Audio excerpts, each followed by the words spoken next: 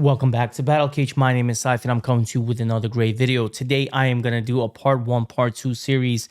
Number 1, I'm going to review the UFC 314 and what the card entailed and how I did overall from the picking and financially. And then we're going to dive into the next week's card. The reason I'm combining it is number 1, today is my day off. Tomorrow I happen to be doing a 16-hour shift and I really want to get the predictions for the Machado Garry Prates as soon as possible to you guys. So let's go really quick and break down my picks. I am back at 70.5%. I told you my goal is to be 70% picker.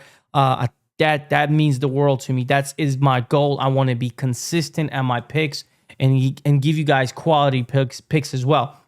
As you know, I don't bet every single fight and I don't pick every single fight. I do my justice very well by selecting fights where I am most confident. So let's really quickly review the card that just happened. Nora Cornell gets the job done by submission. First round, Haley basically controlled her.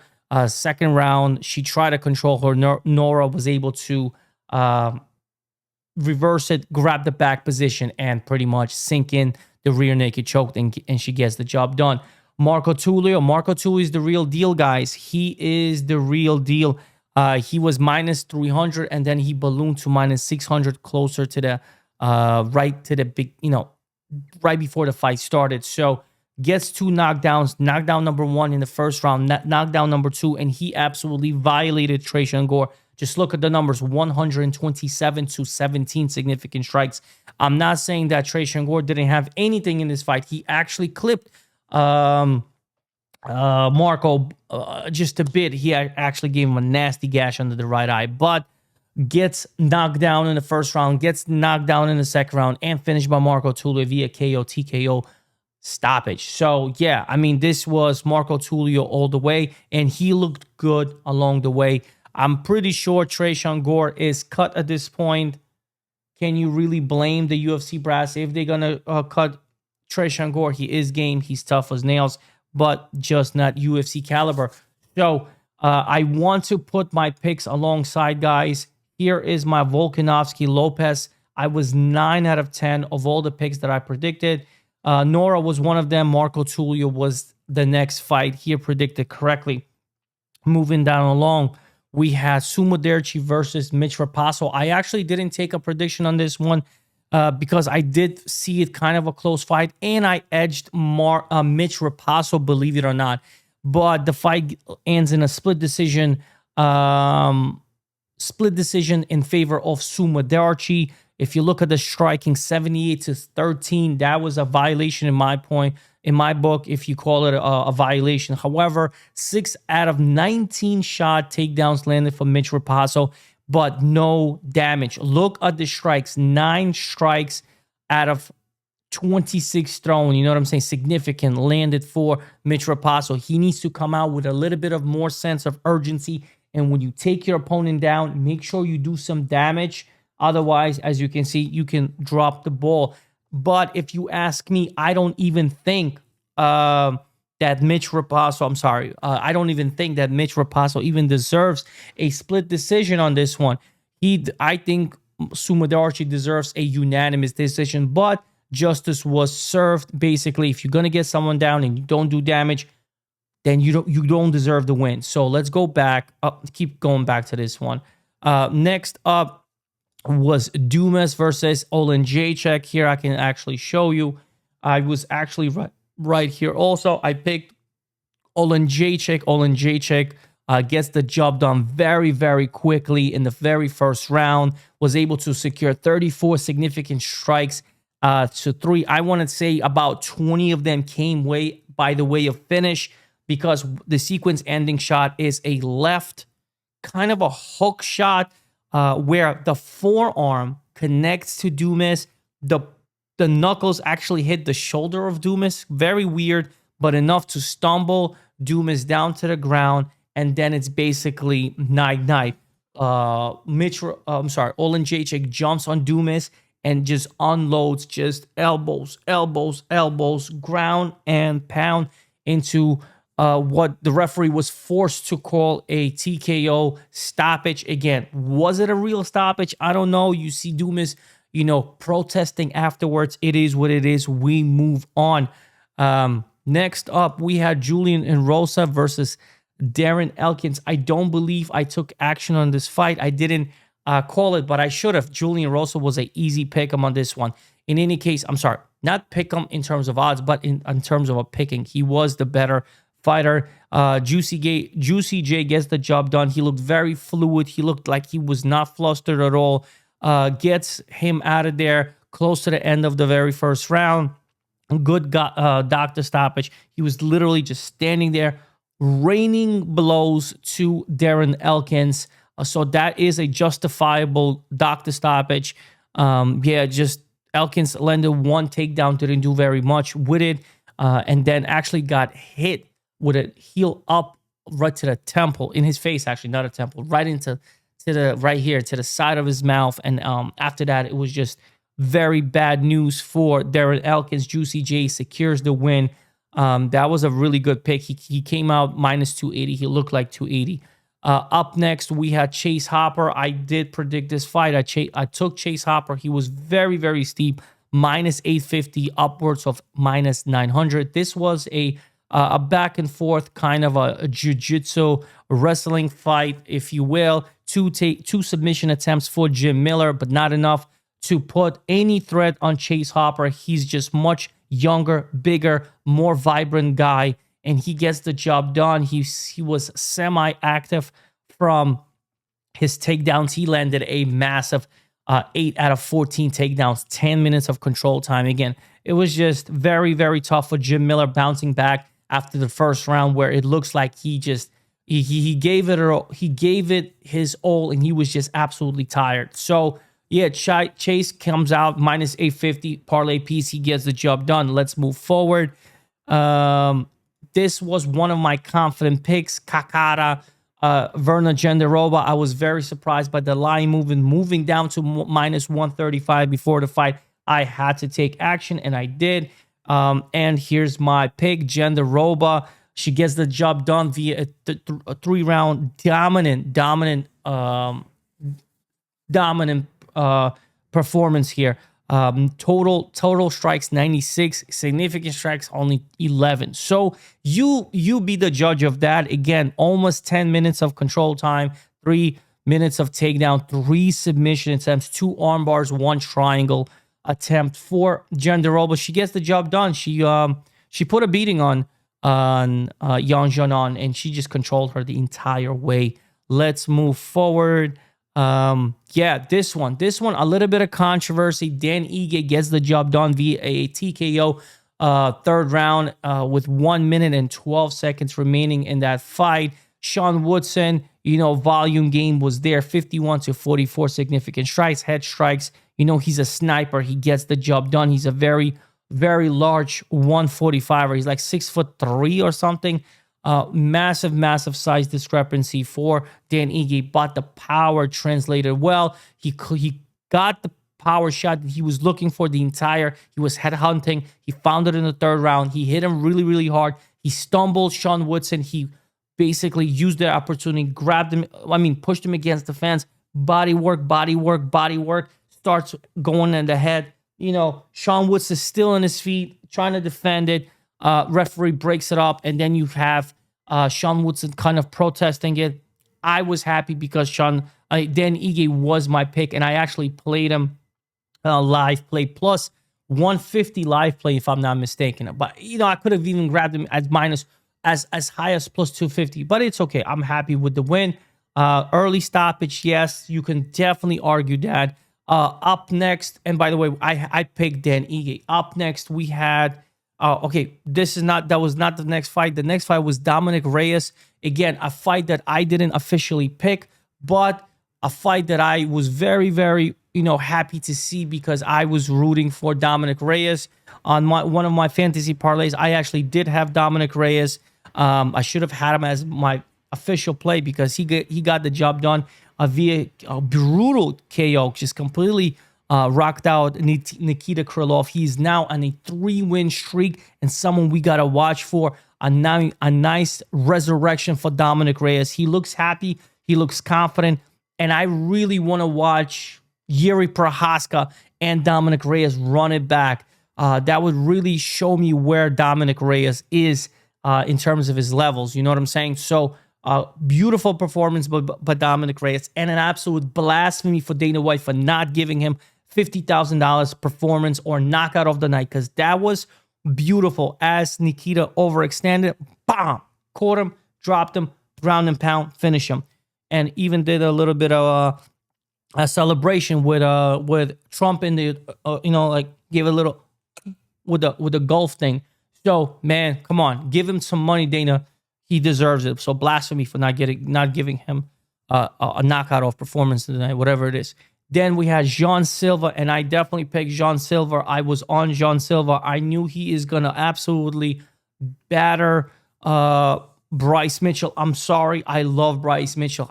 You go back in my channel, we bet big Bryce Mitchell, especially against Barbosa. We went heavy on him. We listened to his mixtape. We love Bryce. He's just been a little bit of a hot case lately, a little bit of controversy with his comments. You know what I'm saying? Yeah, he's going to get violated. It was literally a rinse and repeat of what happened with Ilya Topuria. He was fighting someone much more dangerous, much more physically imposing. Bryce Mitchell is just too scrawny. If he can't wrestle with you, he's going to get beat up. That's pretty much where I'm going with this. Lots of heart, just not enough power. And yeah, Jean Silva dictated the entire fight. He was, yes, as you can see, the volume for Bryce was there, but he was not hurting Jean Silva at all. He even got a nice knockdown against Bryce Mitchell. He was looking for the power shots. It looked like he really wanted to hurt Bryce Mitchell. He wanted to really, really hurt him because he gave up a lot of positions and he just stood up and let Bryce do his thing. But it is what it is. He grabbed the submission. Darshok got him out of there. Yair Rodriguez gets the job done. Almost finished Patricio Pitbull. There was a moment where he was kind of, like pounding on Patricio. He got him one knockdown. He capitalized. He was on top of Patricio. But again, he survived. Unanimous decision. Yes, absolutely. Look at the volume. 70 significant strikes to 17. Look at that split. 14 legs, 18 body, 38 head. He was just very, very active. He looked very good. But again, he's not a championship material, Yair Rodriguez. And yeah, I mean, him versus Jean Silva is actually a very fun fight to make. I think Jean Silva is going to ride right through Yair Rodriguez, because Yair Rodriguez just, I don't think very highly of him in terms of a threat for a championship. He's a hothead. Yeah, moving forward. And by the way, we did pick Yair Rodriguez as an official pick here. So moving down along, Paddy Pimblett, man. Paddy Pimblett, we got to really talk about Paddy. Paddy is no longer a little baby boy. He is now a full-grown-ass man, and it's time to take him serious, guys. He literally came in and he shot all the doubt. It's over, guys. Let's stop doubting him. I officially picked him. I've been picking Paddy for a very long time, and as you can see, I knew he's going to pass the test against Michael Chandler.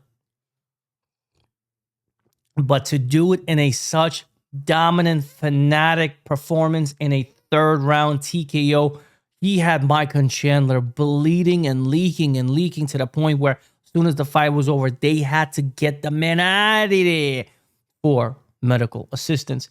That's the type of game that Paddy brought. 121 total strikes to 20, 80 significant strikes to 80.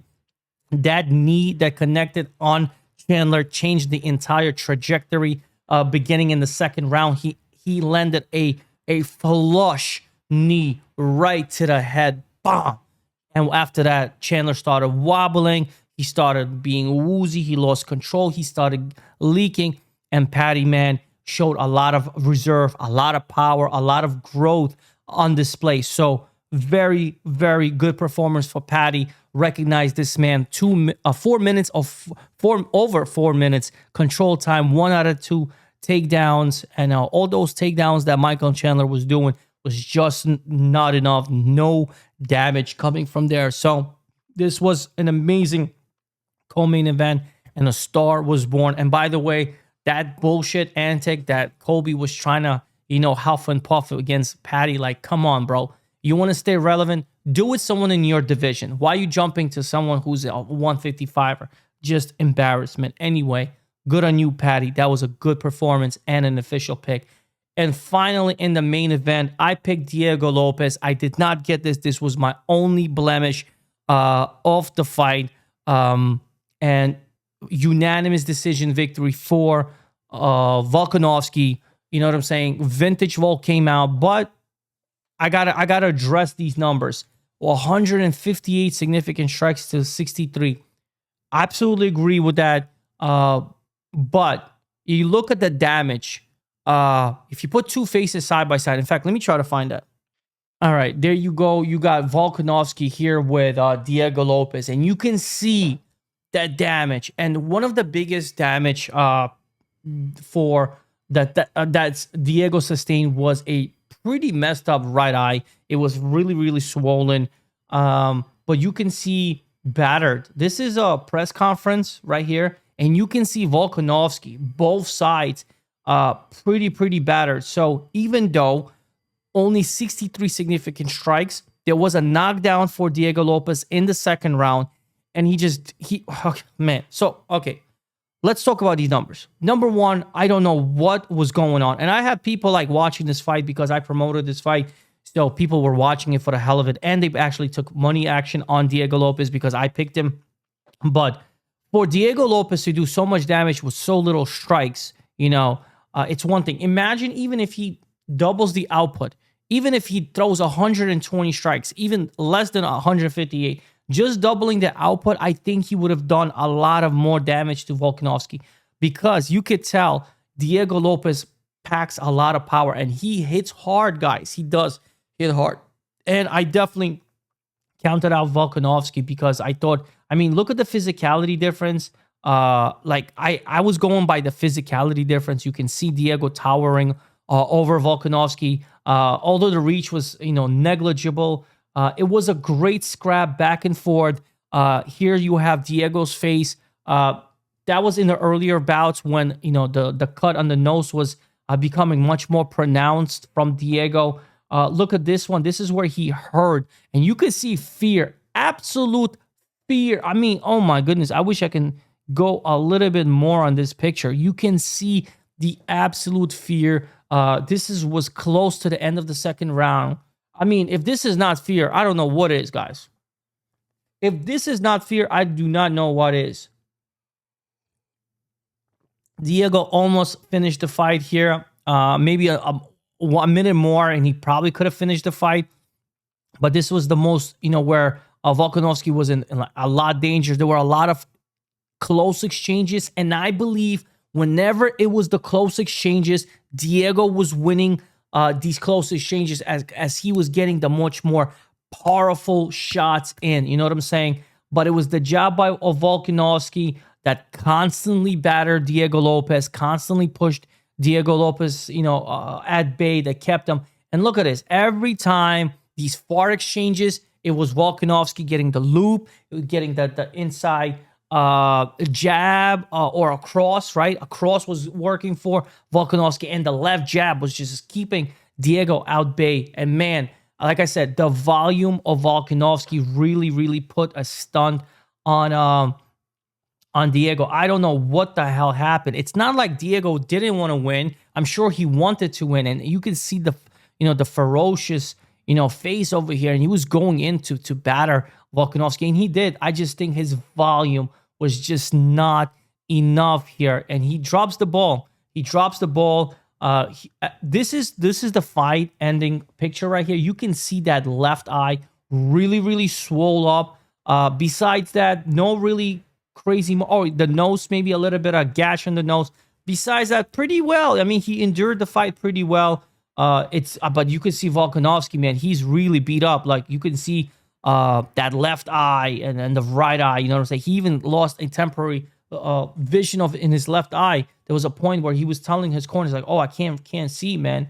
And there you go. Here you go. You got the champ. He's really, really battered. So you cannot sit here and tell me Diego Lopez doesn't have power, that he doesn't belong. The only problem is at this point is where are you going to put Diego Lopez? Because he had his shot, and I don't think he's going to have another shot like this. I mean, he's what, 30?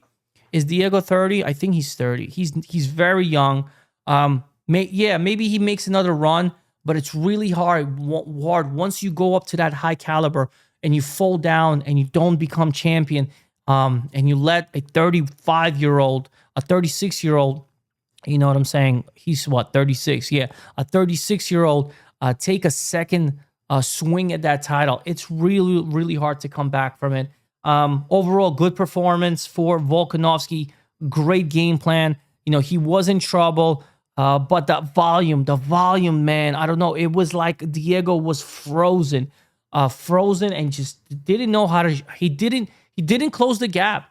He was only reacting to Volkanovski. He wasn't pushing him. He wasn't showing me sense of urgency in the third. Like after that beautiful second round, you drop down to like plus 124 again, and you gotta sustain the momentum. He dropped the third round. The fourth round was close. Very close, actually. I might have even gave it to Diego. And then there's an argument. It's potentially 2-2 going into the fifth round. And again, in the fifth round, no sense of urgency.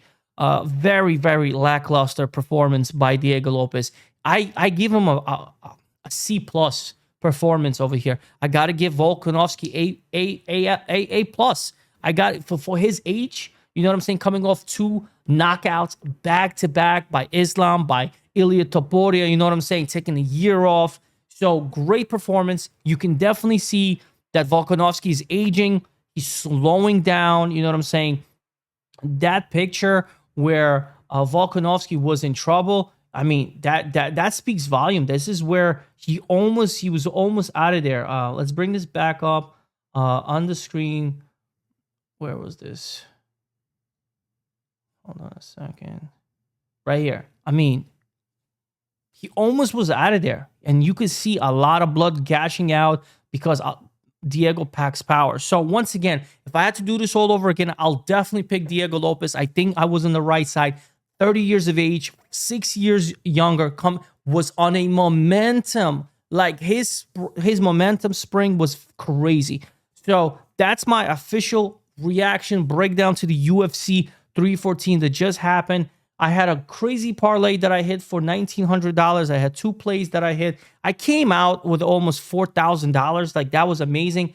But I got to tell you, I had a parlay there with Patty and Diego. And if I hit Patty and if Diego would have hit, that was another $3,000 parlay. And I had another parlay for $3,000. I could have won like $6,000. Coulda, woulda, shoulda, didn't. Thank you, Mr. Diego Lopez. But fuck out of here. I don't care. I would have picked him again. I did not know that he was going to be that slow. And his feet were just, sunk in cement because he was just not moving. But again, I would do it again because I did see this. In my mind, I saw Diego finishing Volkanovski. He had the finishing potential. He just didn't live up to that potential. Anyway, that is my review of UFC 314. Part 1 is finished. Alrighty, part 2. We are going to start with Ian Machado Garry versus Prates, man. First of all, Ian Machado Garry, respect, massive, massive respect. He is continuously stepping up against the most dangerous welterweights in the division, and he is just going out there and putting on shows. He's put his undefeated streak against Shavkat Rakhmonov, where nobody wanted to fight Shavkat Rakhmonov, and is believe in determination that he's the best in the world. That if he is that, he got to go out there and perform, and I absolutely love that. I think at this point, everybody has respect for Ian Machado Garry. Forget his personal stuff with his wife. Like, that's whatever. That's private business, guys. We need to grow up. But his professional, fighting record, he's out there. He's fighting. He's putting on shows. and now he's fighting a very, very dangerous Carlos Prates, who is on the rise. So the order of these fights are absolutely everywhere. I have no idea where they are. ESPN has one order, Topology has one order, UFC has another order. So because we have a little bit of time, and this is April 26th, we have some time. Let's let the order kind of play it out. I'm gonna start here, early look early look here. So I'm gonna break down using UFC. So here you got this pick is gonna be relatively very good. Chesley Chandler likes to use her physicality to kind of bully girls. However, she's not gonna be doing that in here. You got a 5'8" versus 5'8" Jocelyn Edwards. Jocelyn Edwards is a little bit of stupid, a little bit retarded, but she does have power. And the best way to beat Jocelyn Edwards, you got to take her down. You got to take her down and really drown her. Where I think Chelsea Chandler is going to be looking to do. And if you, Jocelyn Edwards, you just want to out volume and out damage your opponent. So look at the strikes. The striking advantage is going to go to Jocelyn Edwards. Absorb, though, Chelsea Chandler is very hittable. So that's favoring Jocelyn Edwards. The volume is facing Jocelyn Edwards. The grappling, well, no surprise here. The takedown accuracy, 60%. The defense, you got 61% here for Jocelyn Edwards, but it's not very good. I don't know. It's not very good. I think more of the cage, clinch, and control might be coming from Chelsea Chandler because she does not want to get hit by Jocelyn Edwards. At the current line, let's look up the odds. And I'm just going to pull up the odds from DraftKings. That way we can just simplify things. She is currently minus 225, the favorite, Jocelyn Edwards. And I kind of okay with that line. I don't know if I particularly want to. If this is the first fight, I do not recommend you taking this because, well, you never want to take the very first fight. Why would you want to, right? So minus 225 opening line. Oh, she kind of was there. So this is the opening line, 2-1 favorite, Jocelyn Edwards. I'm probably going to take Jocelyn Edwards because I think she's a better striker, and I don't very think highly of Chelsea Chandler. And all she got to do is really try her best to use that 61% takedown defense that she got going for herself, and she'll be all right. You know what I'm saying? Let's move forward. Jacqueline Amorin. Jacqueline Amorin should be winning this fight. Paulia Viana is tough, but I don't think she is Jacqueline Amorin tough. And Jacqueline Amorin is a little baddie, low-key. So we have a line here from Bet Rivers, minus 385. Is there a line on Jacqueline Amorin here? Again, these fights, some of these fights were just kind of added in. I don't even have a line, guys. I do not have a line. But I reckon that's what it's going to be. It might play out that way. Jacqueline Amorin. I got a line here from Brett Rivers, minus 385. I think that's where she's going to probably open up as minus 400. And that's definitely a parlay piece. Jacqueline Amorin is going to be the pick against Paulia Viana. Look at the striking. Pretty much the same 3 for 3. The accuracy is going to favor Jacqueline, 52%. We got absorbed. She's less hittable than Paulia Viana, and the defense is pretty good from the striking for Jacqueline Amorin. The wrestling, the takedown, 1.78 is actually favoring Jacqueline Amorin. Her takedown accuracy is pretty trash, but she got some submissions. She got 5.3 submission average per 15 minutes, and that's really good. So the submission is live there as well. So yeah, Jacqueline Amorin is the better fighter. Minus 400 is kind of scary, but that is the line that we are probably going to take if it's given to us. We got a debutant, Malcolm Walker, I believe. He is a debutant. Let's look at who the hell is Malcolm Walker. Probably a Contender Series alum. Yeah, so he came by way of Contender Series TKO in the very first round against this dude. He is making his debut against a seasoned Cameron Simon, though. I believe also a Contender Series debutant. Let me see. But he's been there a while, guys. He came from Dana White Contender Series 2022 class. He came in via KO. Fought Steven Kozlov, KO.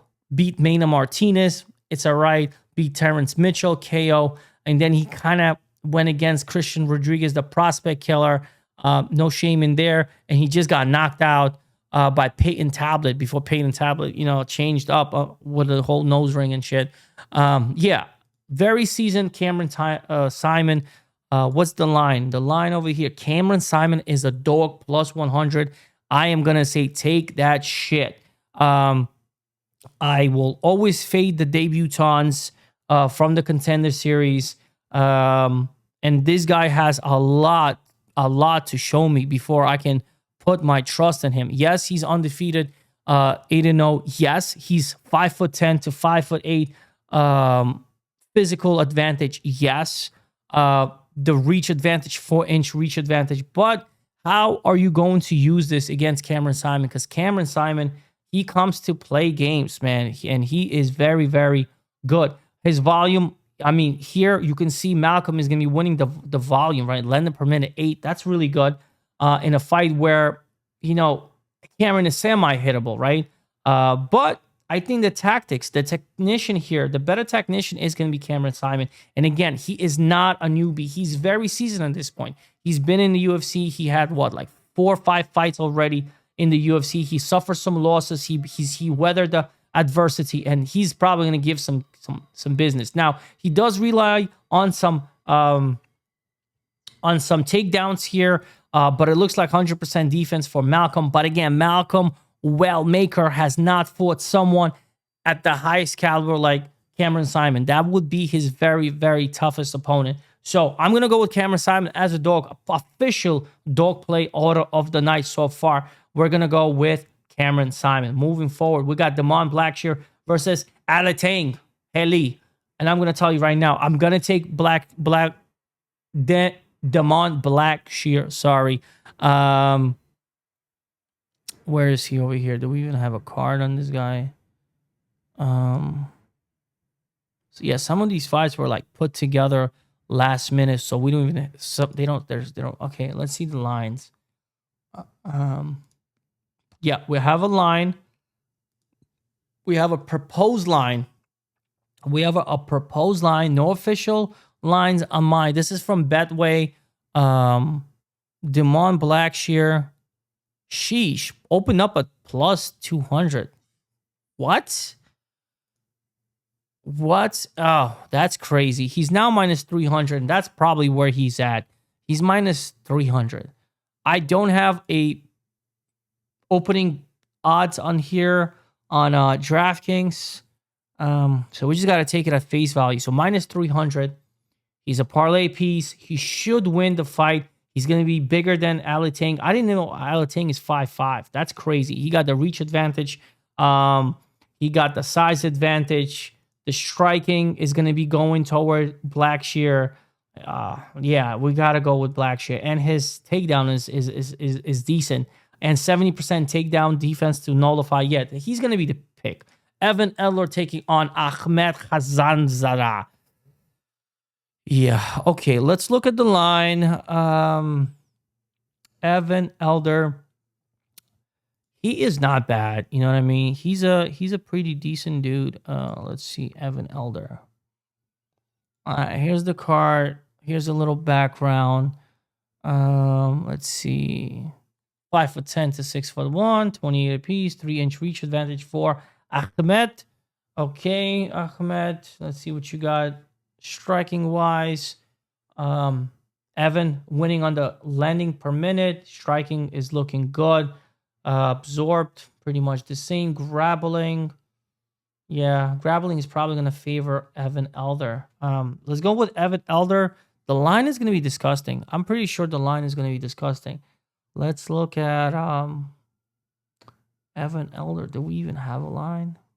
It's crazy. Oh yeah, we do have a line. Minus 340. Okay, minus 340 is probably where he's going to sit for now. And if that opens up, we're going to take him. We're going to take Damon Blackshear, take the favorites really quick, put a favorite parlay before the line get absolutely, railroaded. So Evan Elder should win this fight. We don't trust debutants. This one, stay away from the betting perspective. Matt Schnell, Chin cannot be trusted. Jimmy Flick cannot be trusted. If this is a wrestling bout, I'm probably going to lean Jimmy Flick if this is a striking bout.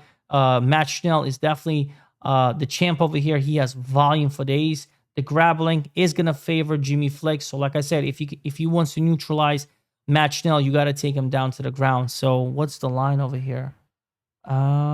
Jimmy Flick. Jimmy Flick is a massive underdog. And I mean, why not? Why the fuck not, right? Excuse my French. Plus 210, 2-1 dog. Why not at this point? The game plan is very simple. Neutralize Matt Schnell's wrestling and you're going to win. So why not? Why not? Why not? A possible dog here, a big dog. Ikram, Alex Kara versus Andre Muniz. This is a good fight. Ikram is going to be pretty expensive. Ikram is minus 650, and I tend to agree with this. You know, everything Andre Muniz can do, Ikram can do better. Andre Muniz just did not look good in his last couple of fights. Andre Muniz, let's look him over here. Andre Muniz, where are you, Muniz? So he had 2 losses back-to-back. Brendan Allen, Paul Craig. That Paul Craig loss looked very, very bad. He came back with a split decision win against Jun Young Park. Split decision, struggling. Yeah, we're gonna take Ikram. Ikram is very, very expensive. Minus 650. We're gonna take that as a parlay piece. Moving forward. Okay, up next. We got this is a good fight. Randy Brown versus Nicholas Dalby. I am going to take Randy Brown off the bat. Randy Brown, where are you at? Randy is minus 205. That's a solid line. Nicholas Dalby is up there in age, although he's still surprising us. He's like 40 years old, and he was coming off a win against Gabriel Bumfin, and then he went against Renat Fakhridinov, and he had a split decision loss. And that was that was June of 2024, almost a year ago. So, yeah, Randy Brown coming off a split decision loss against, what's his name? Pooh Bear, right? Brian Battle. A shout out to Brian Battle. Love his last name, you know, Brian Battle. I wish one day he's going to be on my channel. I'm definitely going to be one of these days. I would love to interview him. He's an interesting guy. But yeah, we're going to take Randy Brown here. Randy Brown is going to be bigger, faster, younger. Randy, how old are you? Randy is 34. Way. That youth advantage is going to be crazy. The speed advantage. And minus 200, I like that line. Moving forward, we have Michel Pereira versus Abus Magomedov. And I believe Michel Pereira is the favorite here. Michel Pereira is going to be... Michel Pereira right here. He's minus 162, coming off a crazy loss. TKO loss against Fluffy, right? Suffered a pretty bad beating for 5 rounds against Anthony Hernandez. And now he's a favorite against Abus. Abus, man. He was kind of making some noise. He came in... violated Dustin Stolfitz, right? They gave him Sean Strickland. He dropped the ball. They gave him Kai Borello. He dropped the ball. Worley Alves got a decision. Bruin Ferreira got a beautiful triangle. This is a tough fight for Michel Pereira. It is a middleweight. Michel Pereira was a welterweight who moved up to middleweight. Physically, you know, they're going to be up there, but the musculature is favoring Abus. If this is a hand-to-hand combat, I don't know. Abus's game, I see plus value on Abus here. I'm not very confident on this pick, but I'm leaning Abus. As of the tape of this video, I'm gonna be favoring Abus here. Abus plus 136. We gotta watch this line, but I'm gonna be favoring Abus here because I don't know, man. He has all the bells. He has all the tools. Yeah, moving forward. Giga Chikadze. That's a fun fight. Giga Chikadze versus David Onama. Ooh, how old is Giga? There was a point where Giga was making a lot of noise, man. A lot of noise were coming in for Giga Chikadze, and then he got violated by Kelvin Cater and that kind of stuff. His strain beat Alex Caceres, lost to Arnold Allen last year. David Onama is this new up-and-coming fighter here.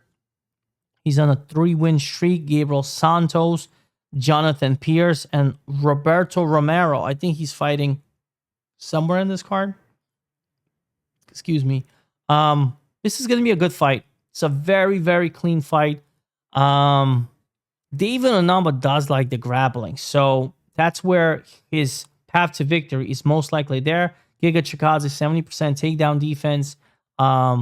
He was one of those initial Georgian waves that came into the UFC and was taking over. Remember when like the initial Georgians came in? It was him. It was that dude that just got violated. Got his name. I cannot remember his name, but anyway, it was him.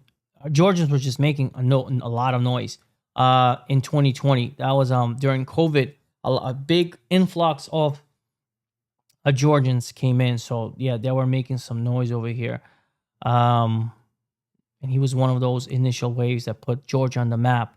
So I like Giga, man. I do like Giga. I think he's definitely a much more hand-to-hand sound fighter. You know what I mean? His striking is elite. But David Onama, it might be his time. How old is David Onama? 30. Prime David Onama versus 36-year-old Giga. A vintage Giga maybe. We'll see what happens here. I'm probably going to be picking David Onama. David Onama is minus 198. 2-1 favorite here. Yeah, I'm probably going to be I'm leaning toward David Onama. Moving forward, man.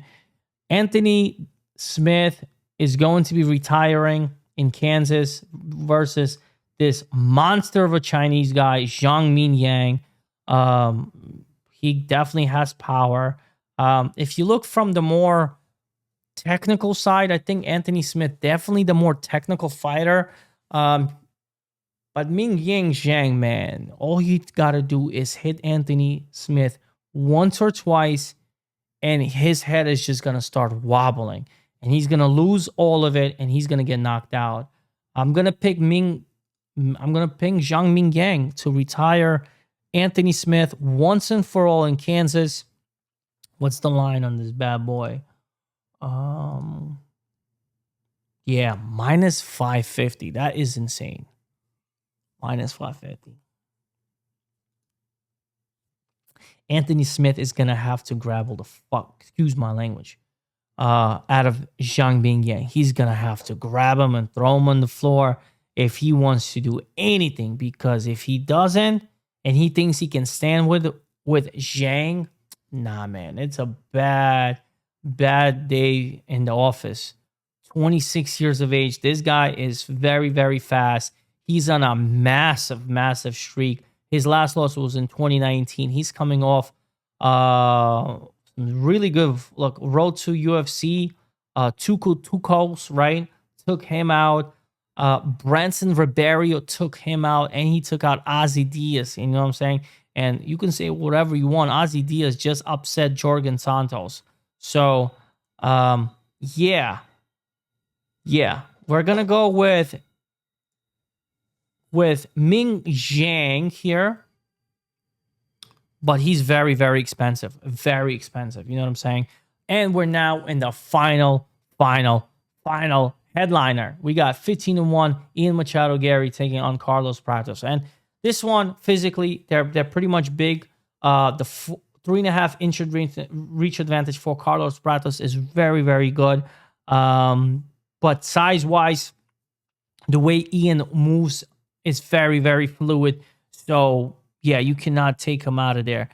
Ian Machado Garry. Let me see. What is your price? You are priced at minus 118. Money is kind of fluctuating. You are holding the money right now. You are holding the A side. So Ian Machado Garry is going to be holding the A side. Carlos Prates is going to be holding the B side. And from the initial thing, this is probably you're going to be right. However, Carlos Prados has been looking very, very dangerous.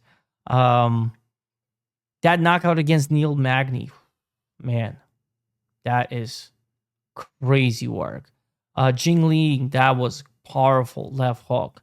Charles Radke, knee to the body.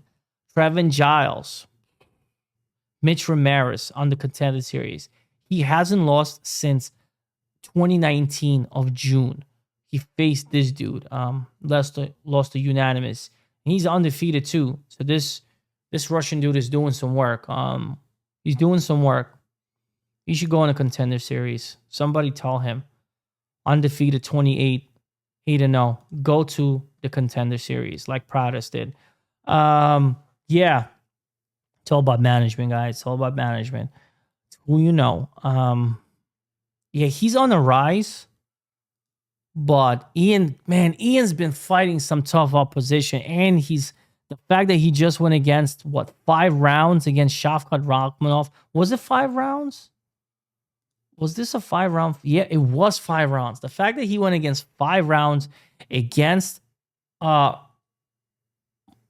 dude, an undefeated 19-0 welterweight, the true boogeyman of the welterweight division, Shavkat Rakhmonov, and he had the balls to do it, and he made him look human. So, he's fighting. He beat Michael Page, Jeff Neal Magny, Daniel Rodriguez, Kenan Song, Gabe Green, good decision win, Darian Weeks, Jordan Williams, Jack Grant. He's been fighting, and he's been progressively fighting better fighters, and he's been looking better and better and better. And he got the takedowns now. And that's what we saw. The striking is it's gonna be pretty much a wash.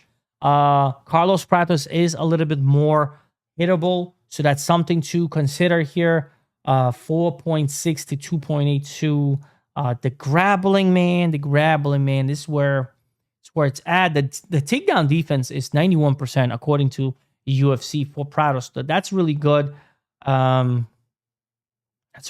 But Ian Machado Garry has been honing that craft.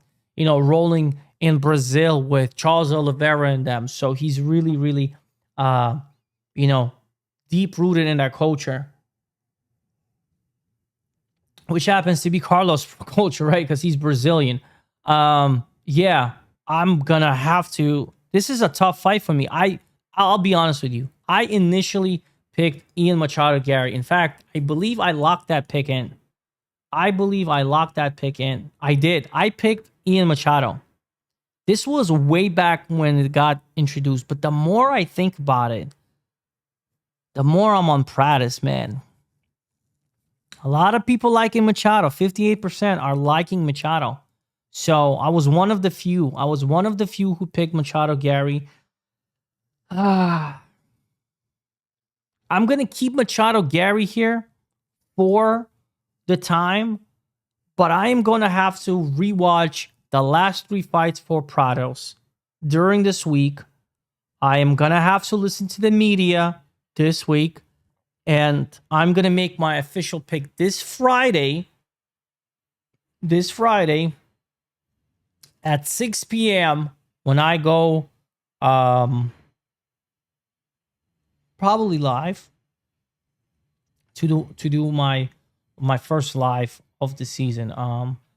Carlos Prados is definitely game, man. He's definitely game. This is a very good fight. Forget betting, forget lines, forget anything else. I think this is just a really hell of a fight. It's going to be really good.